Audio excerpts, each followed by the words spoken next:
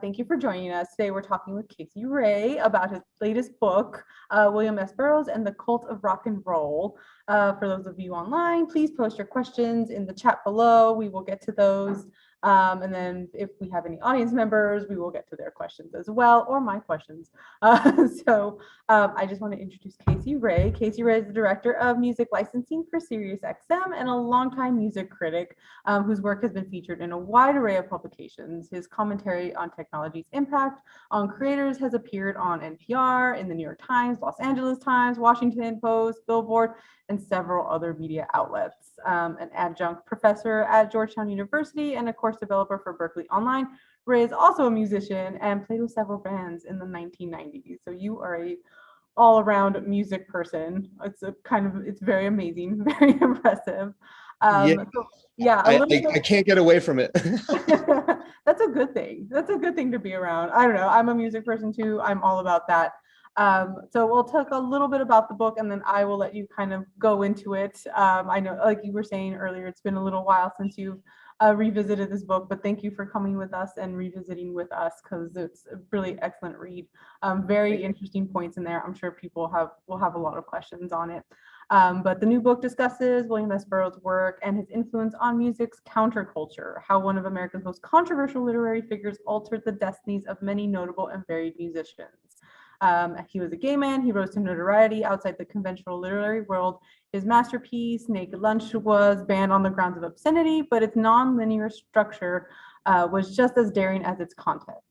So you bring to life Burroughs' parallel rise to fame among daring musicians of the 1960s, 70s, 80s, and even the 90s, as it became a rite of passage to hang out with the author or to experiment with his cut-up techniques for producing revolutionary lyrics, like the Radiohead did or the Beatles did.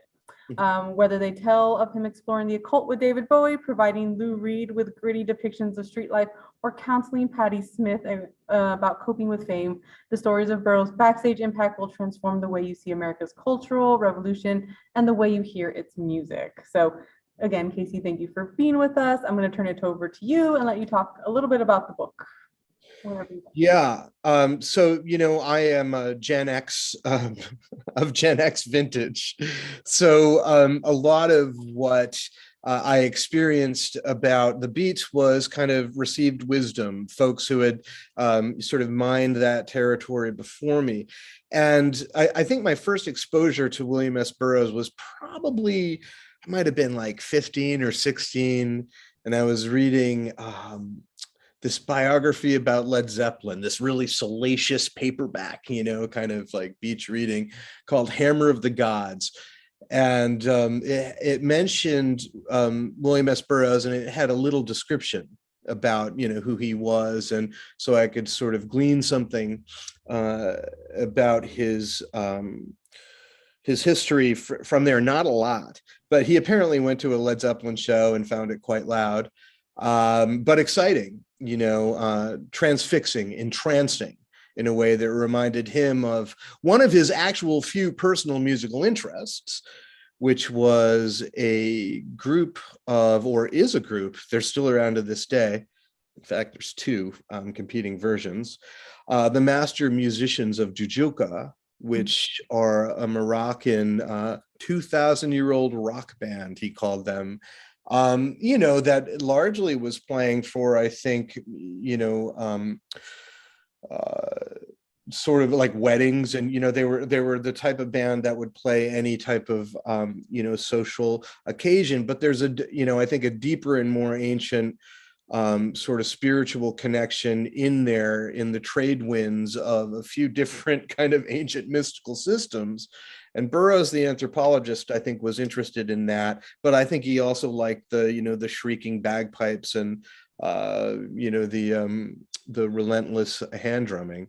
And so it's kind of funny to think that like bands that try, even contemporary bands that try to adopt a pose of kind of noisy experimentalism, I would challenge anyone to put on the Master Musicians of Jujuka, and if not at first, at least be sort of taken aback by how sonically dense it is and how intense it is. And whatever that was, I think inflamed something in his mind at the time that he was in Tangier composing, or at least partially composing some of his most famous works, including Naked Lunch.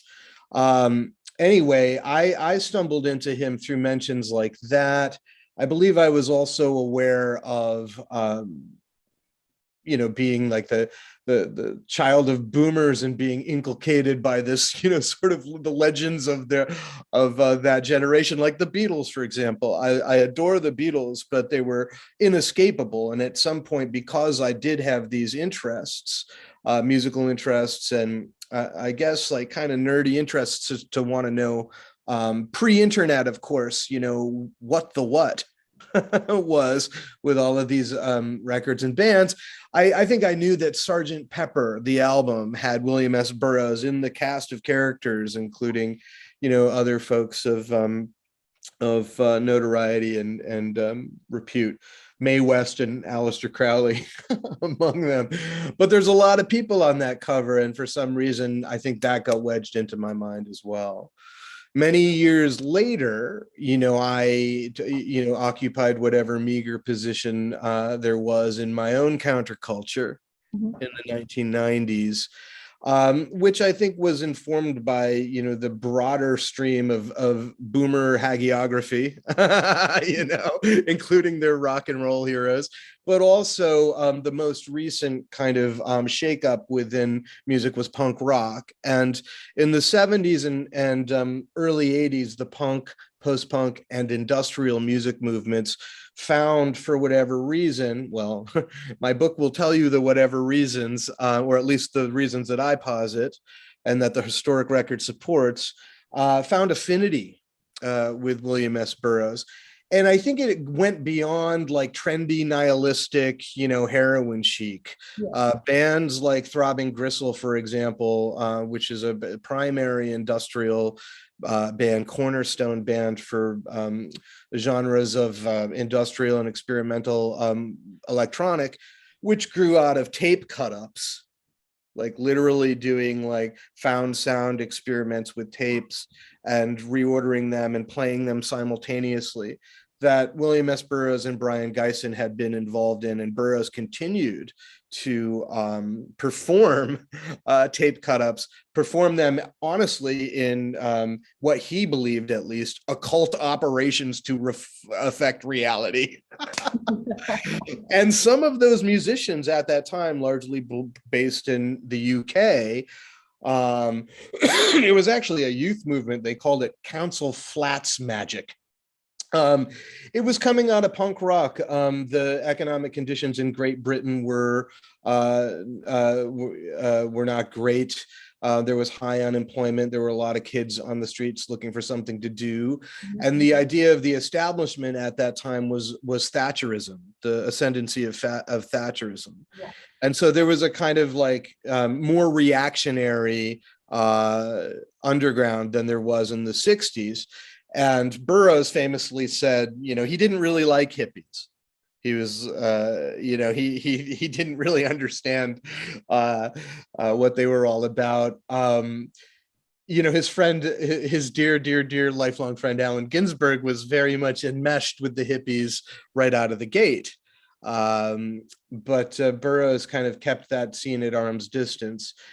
But his time came, I think, for sure, with the punk, post-punk, and industrial music, which isn't to say, I mean, this book starts in, I think the first touch points, he was sought after by Bob Dylan, when the young Bob Dylan first came to New York City and was prowling around Greenwich Village. So the trail is traced with all of these real meaningful connections, including the Rolling Stones and so on and so forth. And, going back further, but I think that the real impact was in the idea of the cut-ups, whereby any kind of media could be used in these recombinant forms of expression. And I think importantly, with the purpose of, launching a broadside against the perceived or actual media monopolies of the time, and then going further in at least Burroughs and Genesis Peorage from Throbbing Gristle and Psychic TV and a handful of other people, I think, in the scene, more of a broad-based psychological operation on, the idea of communication as the defining feature of perceptual reality. How about that? That is intense. Yeah. Yeah. And here we have the internet. Yeah. We have the internet now. It's amazing. So the research you did into this book is really amazing to me, because you did such great detail, and not just his life, but also the musicians and how they were influenced. And I think, if it was like a pyramid, the bottom of that would be like drug use, that sort of thing. But really, when you get into it, there's a lot more, like the techniques that we're talking about, the cut up techniques that were really influential, and just his being as a person. It seemed like that was just a great influence on certain people and just common interest. Yeah. It's interesting that, folks who are outcast from their societies, from their families, who feel somehow rejected by whatever status quo that they find themselves in or came out of, really had an affinity for William, in his mythic kind of construction as the major domo outlaw. But I think, there's another thread here, and it's kind of like how wounded, traumatized people define family, and I think that, if you're looking at the original cluster of the Beats in New York, it might seem romantic right now, but in the early to mid 1940s, they were living kind of rough lives. They were street, just above, and I don't really want to get too into that in characterizing it, because the social and political sort of reasons for that are immense. And I do believe that there's privilege asserted by the Beats in their maleness and whiteness throughout these forthcoming periods, that in a lot of ways ends up informing how some of the more patriarchal and less savory aspects of rock and roll culture co-developed. You know what I mean? And I will be interrogating that a lot more in my new book, because it also includes the development of, like I said, Eastern philosophy, especially Buddhism in the West, from a similar point of viral contagion, except this time it's in San Francisco on the West Coast. So it's a little bit kind of the flip side story. The Burroughs story starts, starts in the Midwest in St. Louis, but the Beat story starts in New York City. And of course, Burroughs committed the horrific act of unintentional, I do believe, unintentional homicide visited on his own wife, whose story I think is unfortunately not well told. And the problem was, I wanted to bring Joan Vollmer, Burroughs's partner. He was a homosexual drug addict, but they loved each other. They really did. Everything that I saw in the historic record really showed that it was a pharmacologically tainted relationship. It had its own horrible stressors with two children, one, her child and from a previous partnership, and their boy William Jr. And it was probably doomed. But nevertheless, there's something genuine there, and that is at least reflected through surviving members of their clique. But what's missing is sort of like, how important Joan Vollmer was on William S. Burroughs. But I think later on, it's interesting to see, even though Burroughs has a reputation, I think some of it was he was trying to impress his extremely misogynistic friend and mentor Brian Geisen, the painter Brian Geisen. And so I think sometimes he played it up because his relationship with Patti Smith, who birthed punk in New York. It's sort of like she's the second coming of Joan Vollmer. There can never be anything really romantic there. Like Patty would joke about it from time to time. You know, what do you like about William? Well, he's really hard to get in bed, she'd say, or something along those lines, you know. And you know, there's other folks you know, throughout in the music community. But Laurie Anderson, for example, to this day is very much a evangelist of the Burroughs recombinant worldview and eye towards you know, the transgressive. I think her art doesn't happen to be extraordinarily transgressive, but I think that she recognizes the radicalism in Burroughs's art and continues to reflect that in her way in her musical arts. David Bowie, you know, I think, who transcends all categories, all binaries, Yeah. you know, was the, you know, I think probably he's on the cover of the book. You know, he was Burroughs's most steadfast disciple, although sometimes he had it on stealth mode. Other times it was like, you know, trumpet it. But if you have, you know, ears to hear and eyes to see, you know, you can catch that. And what I really wanted to do when I was writing the book was just sort of open myself up to how many of these things that I can triangulate, but allow for thematic cohesion. So it's not just like a photo montage or a Wikipedia list, Right. you know. And in order to do that, you really have to develop that sense of, you know, as a writer, you wanted me to talk about that aspect of it, right? Yes. You know, like you have to develop that sense of intuition, but you also have to be really patient and just kind of like, this is a lot of laying in wait, you know. Mhm. Every single time I do a project, I have this big idea that I'm going to be like, I'm going to tamp it all down, I'm going to make it all make sense, and I'm going to, you know, just like knock it out. But stuff has to happen in your own life. Things have to happen in terms of like your exposure to the flotsam and jetsam of concept and category. And then at some point, if that intuition will support it, you know, a narrative can start to emerge that can carry, you know, themes that hopefully will resonate with the reader. And maybe that's what happened this time. It's not for me to judge, but it scares the shit out of me because I'm also like, you know, how would I, you know, how do you do that? How do you do that again? But the answer is just don't think about it and just take the time to absorb. With William S. Burroughs, I had spent a lot of that. I had done a lot of that on the front end. Mhm. You know, I felt that my awareness of underground music in particular and those connections was sufficient to at least try to undertake it from this vantage point.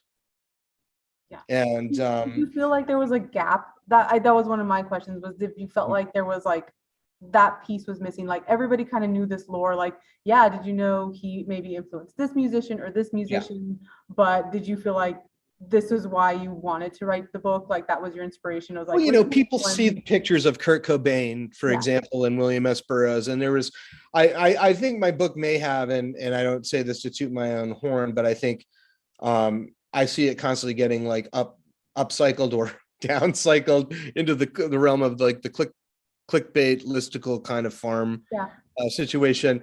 So it might be like keeping that going a little bit, but there was already a lot of stuff there that when I started looking, I could find. It wasn't really terribly difficult to find like at least superficial evidence of connection, but that's not enough. You know, what really I wanted to be able to do was to give the reader a sense of like, what motivated Lou Reed? What's his damage? You know what I mean? And so, you know, in plotting Burroughs's life, once it catches up on the time track, sound like William, so to speak, with the, you know, the movers and shakers and influencers in music, you know, roughly around the early middle 60s, then all of a sudden you're able to take some time to really look at how those key musical personages, you know, Lou Reed, Patti Smith, David Bowie, and where there's, you know, something more than just they went over to the bunker and Victor Bockris took some pictures. Although Victor Bockris, I mentioned Victor Bockris, he was a scenester and he's a great writer and gadfly. He's an exquisite punk rock gadfly from the original punk scene around CBGB and the Bowery. William lived in the Bowery just a couple of blocks away, and William lived in this YMCA basement, basically, that had been converted, a windowless sort of apartment that they called the bunker. And that was where the visiting rock and rollers would come when they came to New York in the middle 70s, right around to 1980, when he moved to Lawrence, Kansas, which was his final point of departure. And so, I had the opportunity to build on some of what was already there. For example, Bacchus was sometimes tape recording stuff. Mm-hmm. But other times I would talk to people like Chris Stein from Blondie, who is one of those stealth Burroughs guys too. And it really becomes super apparent that the people that had real personal relationships with him felt him to be a truly dear man.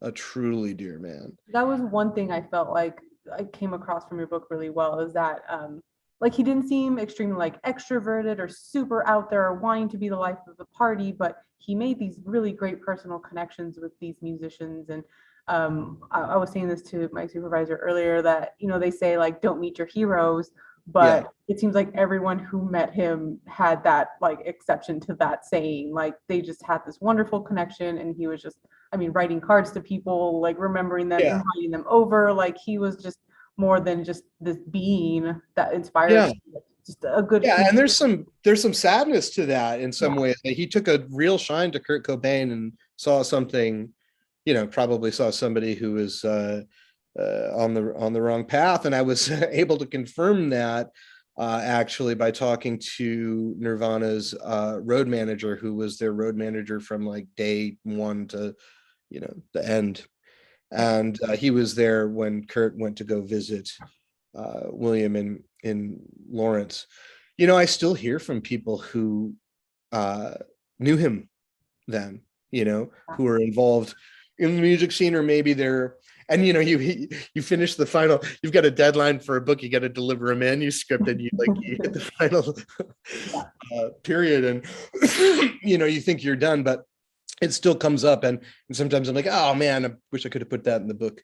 But I think a case is made here for a type of influence that might go beyond. First of all, it's sitting there in plain sight, but I don't know if the story had been told in this way. Maybe there's something novel in the presentation that's entertaining and informative. I hope so.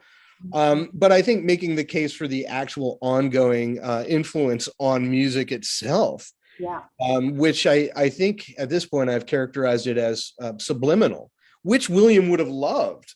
He's the godfather of deauthoring. He's the king of taking it apart to such an extent that nothing is possessed. It's radical in terms of its intellectual property implications, as is the internet, but it's also radical at least in certain art forms, because with music, my other life here is in music policy and copyright and stuff like that. And so like I also saw that tension with like the universe of sampling and digital culture, which in a lot of ways is more thoroughly stymied because of those. I'm not going to get into a lecture on copyright law here. You guys can sign up for my classes. I was going to say that's a whole other lecture. It's a whole other thing. That's like that's a class. But I do think that plus obscenity, plus some of this stuff is groundbreaking in the way that without the presence of William S. Burroughs, even in a completely different medium, it was the influence was profound enough to continue to ripple out through our society and culture. People might not even know it at this point. Do you feel like collaborations, because of these sort of barriers, have changed? Like it just seemed like it was a lot easier for artists then to just in 60s, 70s, even 80s to connect and do this that cut style that they were talking about, and sort of collaborating and using sounds and working with each other. And now it's almost, it doesn't feel like that there's that much of it, but it might just be because of Depends on where you look. Yeah. I think the commercial marketplace figured out what to do with samples, and that is, to let the market set the rate, and everything else is an infringement, no fair use, and no de minimis amount of time exception. If it's pre-recorded music and somebody owns the rights to that, you have to license it. Yeah. I think in the early days, it was a lot different, because the idea of found sound was really important to industrial music, and the juxtaposition of non-musical elements. It could be a speech by Thatcher juxtaposed with a speech by Reagan, with like bombs going off, and you know what I mean? Like the approach was much more like shock and awe, and was meant to kind of be a radical staging for a new type of thinking that was beyond the polarities of the 20th century. And that's what Burroughs was kind of was ultimately interested in. But I think that, like a lot of like shit disturbers, so to speak, he hadn't really thought out the repercussions, but that wasn't his job. I mean, I think about it like this: decomposition, right? He's a decomposition agent. And you look in nature, and we've got a lot of decomposition agents, and they're very important to the overall ecology. So it's not really my business to say, what William S. Burroughs, good influence or bad influence. Although there are times when you look at the lives that are affected, the question comes up. Would somebody like Kurt Cobain have done heroin if he hadn't encountered William S. Burroughs? The answer to me is yes. Iggy Pop still exists. Yeah. He still lives in Seattle in the late 1980s, yeah. Or Aberdeen. But, it was, it was a really, really tricky time for folks, and that particular narcotic. So I don't know what else you want to ask me. Sorry, I tend to go on and on. No, you are fine. I'm loving this. Pretty much you're answering all the questions that I had at this point. Was there one part of the book, because you did cover like it's a great timeline of him, and who he was as a person and how he got to where he was, and then of course like him meeting these other musicians. Was there anything that kind of surprised you during your research of this book, or anything that you were like, I did not know that, and you just definitely wanted to get that in there? You think what is the favorite part of it? Even if there were a lot of little ones, right? I think it was more like going like, oh wow, David Allen from Gong lived in Paris when William S. Burroughs was in Paris, and they performed like weird avant-garde art shows, like to get together, like on the same bill, so to speak. It was like little things like that. But I think that the thing that surprised me the most was how much this like 4chan edgelord bullshit, really comes from, like, really reflects, I don't know if it comes from, but it really reflects the kind of just like smash, like the sort of Clockwork Orange and the Wild Boys convergence, and I don't know if he would, like, William Burroughs was supremely anti-fascistic, right? He didn't have he thought any type of top-down authority was really just the, an expression of what he called control, right? But at the same time, it's hard not to see these little kind of like alt-right people as being like, in some ways, the children of that overall message, which is, smash the citadels of the Enlightenment and use small units of repurposed media. Burroughs, actually, I don't have the quote in front of me, but he and Geisen kind of predicted that they were performing this operation, i.e. cut-ups, before the machine arrived. But even at the time, okay, here's what's surprising to me. Here's what's surprising, and it connects. Ian Somerville worked for the Beatles. He was a young, apple-cheeked British kid, and he started working for EMIs because back then you wore a lab coat when you went to work to record for EMI. Wow. And yeah, it was like audio engineering was a scientific environment. Yeah. And Ian had gone to work for EMI, I think at the time when the Beatles were transitioning from the mop top kind of situation to the more psychedelic and whatever, the Revolver Rubber Soul period. And Ian Somerville also happened to be William S. Burroughs' boyfriend, and they met in Paris. And William more or less followed him to UK, or went to UK. They broke up, to sort of sit around and pine about it. Yeah. And probably develop a fresh opiate habit over it. But Somerville would get up and go to work, as an engineer on Beatles stuff. And I knew about the Beatles connection in the sense that I knew that Ringo Starr had a apartment that he was letting Paul McCartney use. Like it was one of those, what do they call those? English basements kind of apartments. Yeah, or whatever they're called. I don't know.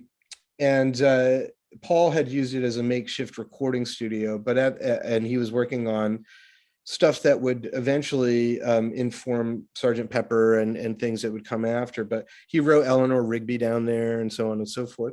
Well, he would bring Ian in to help run the tape, and William would come along and had wonderful hashish-informed conversations with Paul McCartney about art and the future of art and otherwise.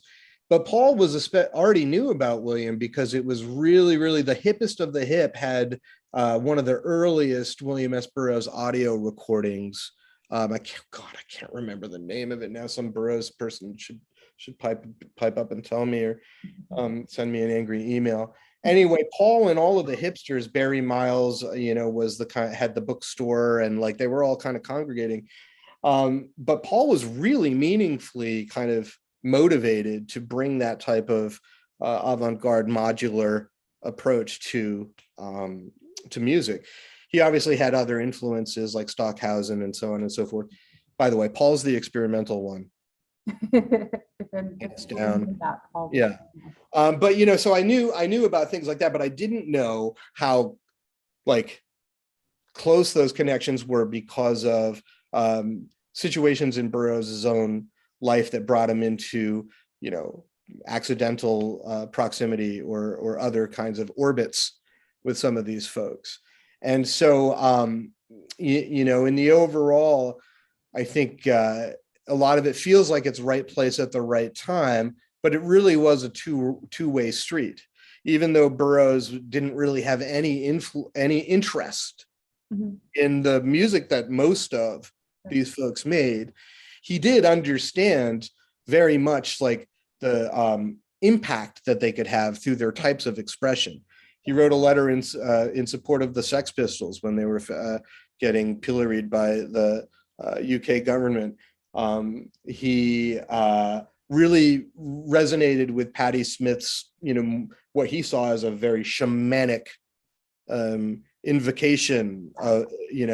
He understood, like I said earlier, the sort of Sturm und Drang of Led Zeppelin's, thunderous, relentless, trance-inducing, live anyway, kind of intensity, which he felt had a kinship to the master musicians of Jujutsu, and so on and so forth. And he understood that Lou Reed's poetics, he knew where Lou Reed was influenced by him. And so whether he would go to a show and enjoy it, although he did sometimes go to CBGB and they pull up a chair and a table and pull over, William's here and he sits down to watch Patti Smith. He would go and he would see Patti Smith at St. Mark's. He was a big Patti booster. Anyway, I could go on forever. It's all in the book, or a lot of it. A lot of it is. You have a section, I don't know if you want to talk about it. I do want to get to a few other people's questions, but what was interesting to me was you have a chapter on the occult and that sort of music and that sound. Is there anything you want to maybe talk about that or the research? Because I feel like that's something I didn't see a lot of on the internet. when Yeah, I mean, in order to talk about that kind of stuff, you need to have some sort of understanding of its, valence in the communities that one is exploring. And for better or for worse, I also noticed that that was not something that had really been connected in these communities. Burroughs was very much a magical thinker. My book, even as it's establishing a biography for him, tries to maintain that thread in order to reconnect it to some of the other folks in the music scene. I don't really know if I would be able to nutshell that here, nor do I necessarily. I certainly don't personally endorse his worldview, although I think that some of it does accord to I think fundamentally he's a non-dual. He saw himself as a sorcerer, Yeah. And I think people want to associate that with sort of like left hand practices, and I think superficially it looks like that. But I think William was much more of a non-dual kind of guy. He wants to fade into this sort of bright background light where everything feels groovy and easy. But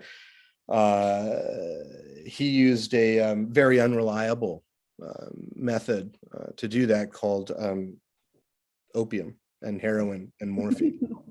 Because I was going to say, a lot of it sounded like his influence was maybe like Eastern mystics almost, and then like the sounds that he was hearing from some of the musicians was also inspired by sort of like Eastern music and not necessarily what we were used to hear on the West. So those sounds and what you were saying with the Moroccan music is really like, some people might find it off-putting, but it's not necessarily off-putting.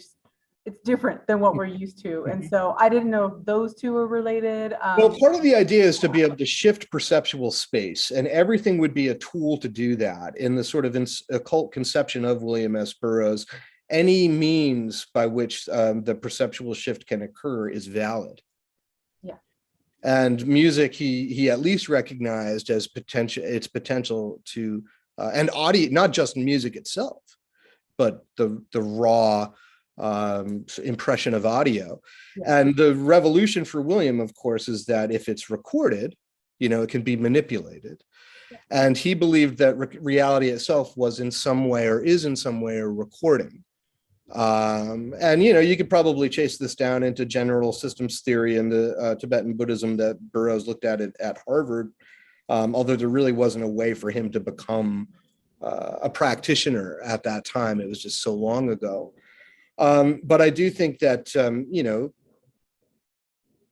the linguistic and expressive aspects of that type of radical perspective shifting was a motivating factor in his art. And I think connected the worlds of his occult philosophies to, these other types of artists who were working in different mediums, who could help cross-pollinate his ideas. Yeah. And they did. They very much did. Absolutely. So we're gonna go ahead because we've got maybe about 15 minutes left. So I want to make sure that we get everybody's questions in. So let's see from the top of the chat. So did you know about all of the musical and cultural links that Burroughs when you were experiencing music, like the Sex Pistols, Ministry, Throbbing Gristle, etc.? I had no idea about Burroughs' influence on them until I read it in your book. Oh, wow. That's awesome. I knew about some of them.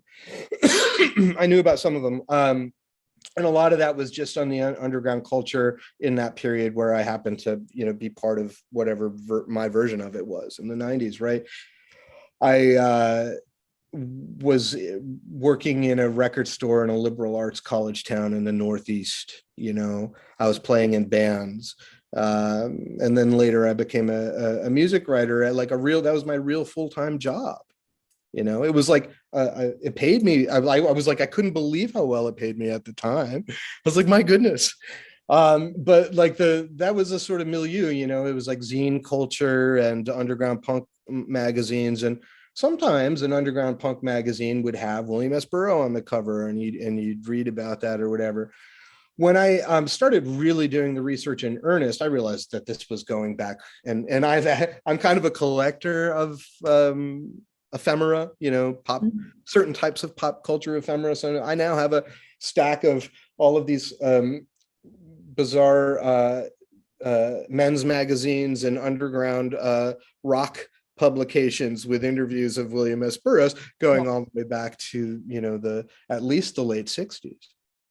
Wow. So that impression had been made, but I just think that since it was below the radar, I don't know that it had been traced, at least not traced in a way that you could bring these other kinds of ideas that I was hoping to get out.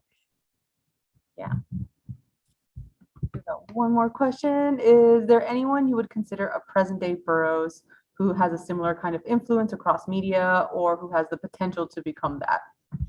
It's really interesting. That's such an amazing question, because it kind of gets at the heart of, I'm going to say a fancy word, disintermediation. And that's just the idea of media becoming atomized due to its distribution, but the technology driving distribution. So in the old days, you had just a few ways to experience music. For example, you would turn on the radio. If you liked something enough, you could mow enough lawns and go to the store and buy it. Or maybe if you were lucky, it was on like a pop music show on television, or like a band playing on Saturday Night Live, and that was the gist of it. And that's also true of other types of information at that time. And what William S. Burroughs, I think, represents is a precognitive expression of disintermediation in his genre that somehow, I don't want to say outright predicted, but helped seed the types of stuff we're seeing now, and so I don't know that anyone would be in a position to do that now, or at least I wouldn't be able to envision who that is. I think there are people, because we're living in the after effects of that disintermediation, that have so much. I mean, I saw something today that made me laugh. It was the internet's main character, Elon Musk, and I was like, oh God. But if you go back to Burroughs' time, you had people, I mean, granted, a lot of this represented the very kind of elite ivory tower, old boys network, closed circuit that Burroughs was, intentionally trying to disrupt in some ways, while nevertheless benefiting from aspects of it. Yeah. His parents paid him an allowance like until he was 50. Yeah. Yeah. That I remember reading that, and I was just like, oh, okay, Yeah. that's It wasn't much. It was Yeah. probably like the equivalent of getting $200, $250 in today's money. But it's not nothing, particularly when you're like trying to not get junk sick in your barely furnished apartment. Yeah. Anyway, I don't know that you can compare, because when I look back at the time that Burroughs occupied, you see all these kinds of like, titans of intellectual whatever, in across categories. And it was, a completely different time. And I think now we're driven much more by this sort of commodification of attention, and like these sort of click driven. So in order for somebody to have that type of cultural cachet would mean that they would need to compete in this zero sum game of like attention. Mhm. And the attention economy awards entirely different types of like thought product and expression than what might have sustained somebody like Burroughs. I do, nothing stays the same for very long. So just because I can't see that doesn't mean that there's not something coming around the corner, or somebody or some buddies who could bring about that type of transformative influence on culture. I will probably be, dust, at that time. So I won't see it with my own eyes. We all may be, but even so, the potential is always there for disruption. And I think, when I think of Burroughs as kind of like an agent of decomposition, that is generative. You keep your mind open to the generative side of it, and something will always show up, right? I look at my daughters who are just extraordinarily creative, and the amount of stuff that they have at their disposal that can increase their aptitudes in a targeted way that they can direct, just is an amazing thing that I couldn't even conceive of. So I always have hope that, not just hope, but I really believe that that potential is there. Yeah, absolutely. Well, I mean, everything's changing. So many things are changing. We'll really never, we may never know. There may, like you were saying, there might be something in the works right now that we're just not seeing. It's just not right in our faces, but something could be brewing. Always is. Something's always brewing. So we did have another question. You may have intimated something about this. Is there a line that can be drawn from recombinant culture to the extremist moral relativity of white supremacist and neo-fascist movements? Yeah, I mean, I actually get into this in the book, and the most uncomfortable place to get into it is kind of in the David Bowie chapter. David Bowie in the 1970s seemed superficially to be, bumping up against fascistic ideologies, or at least aesthetic conceptions and presentations. Bowie is masks all the way down, so it's like you can't just say this is Bowie. Right. He was also on more cocaine than I think any human being. He was really, really in cocaine psychosis. It's a very real thing. But in that chapter, it gave me the opportunity to look at some of those fascistic impulses. And, with Burroughs, you do find from time to time these kinds of like exaggerated displays of martial masculine chummery, which is really just like rich kids at summer camp kind of play acting, really. I don't see anything particularly threatening about it. But somewhere in there, in the radicalism of the art itself, is a seed of like disturbing thought, because it presents as a option a purely corrosive response to what I think Burroughs saw as the unnecessarily stratifying, shackles on the human mind period, on consciousness period. That's how radical he was. Yeah.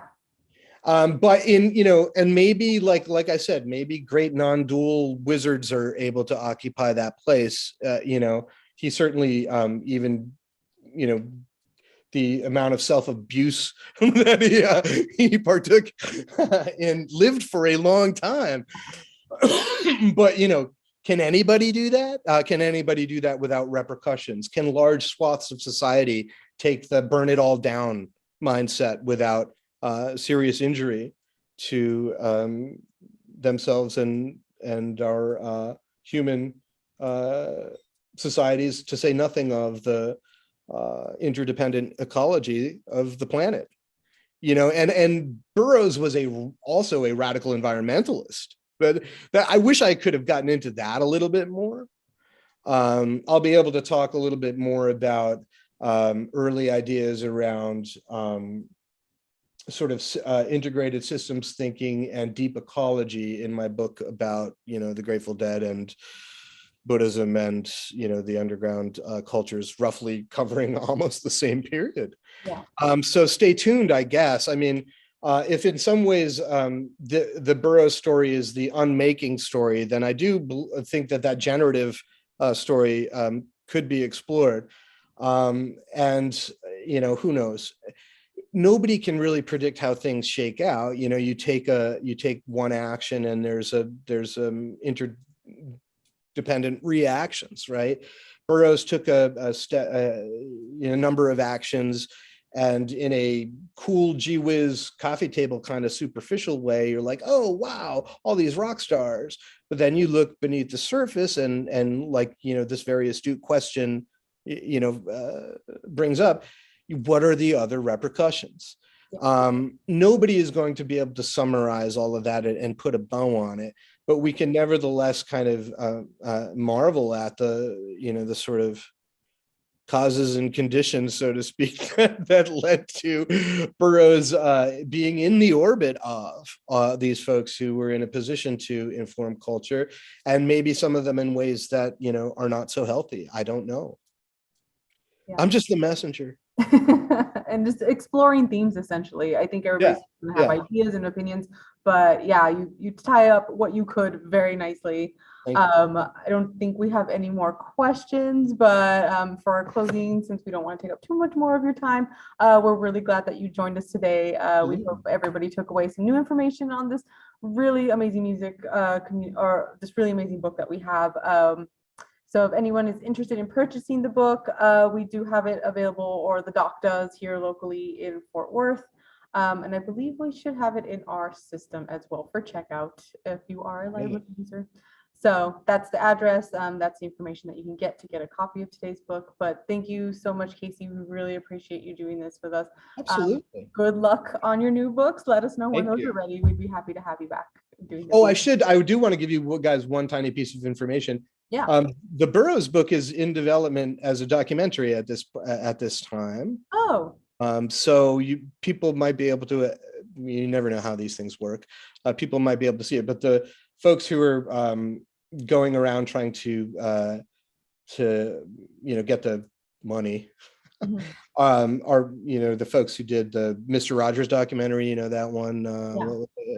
Won't You Be My Neighbor? And so they're kind of heavy hitters. So I have a pretty good feeling about it, but it just kind of goes to show that, like, you can't really tell how things are going to go because, I wrote the book, and that's about it. And it really makes me feel great when folks like yourself have a connection to that, whatever that connection happens to be.